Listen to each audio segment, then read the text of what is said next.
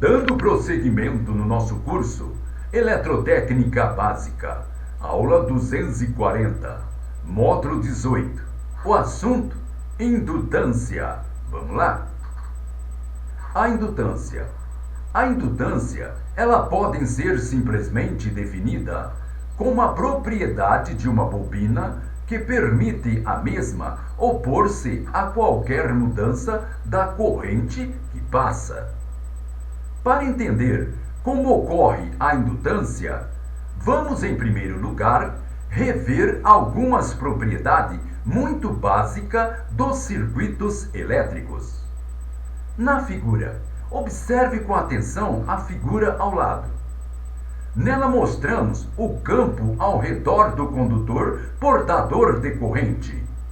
O sentido de direção do campo magnético ao redor do fio é facilmente determinado pela regra da mão direita, que diz que se você segurar o fio de forma que seu polegar aponta no sentido do fluxo da corrente de elétron, seus dedos irão envolver o fio no sentido de direção do campo magnético. Observe a figura.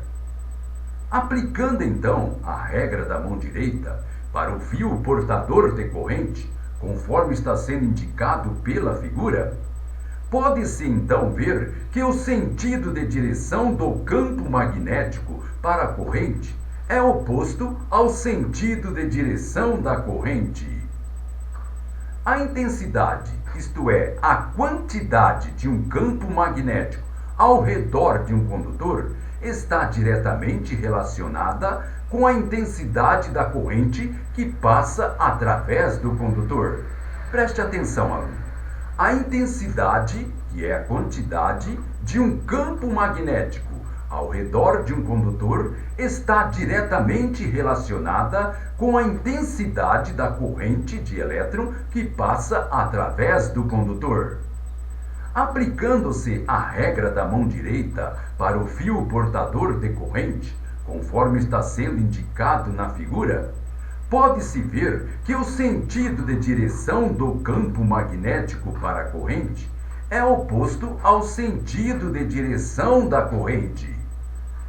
Podemos então concluir que a intensidade do campo magnético, que é a quantidade, ao redor de um condutor, ela está diretamente relacionada com a intensidade da corrente que passa através do condutor. Corrente de pequena intensidade produz um campo magnético relativamente fraco ao redor do fio. Corrente de maiores intensidade, acompanhado por um aumento no número de linhas de fluxo do campo magnético ao redor do condutor. Muito bem, pessoal. Com isso terminamos esta nossa aula. Então, até a próxima.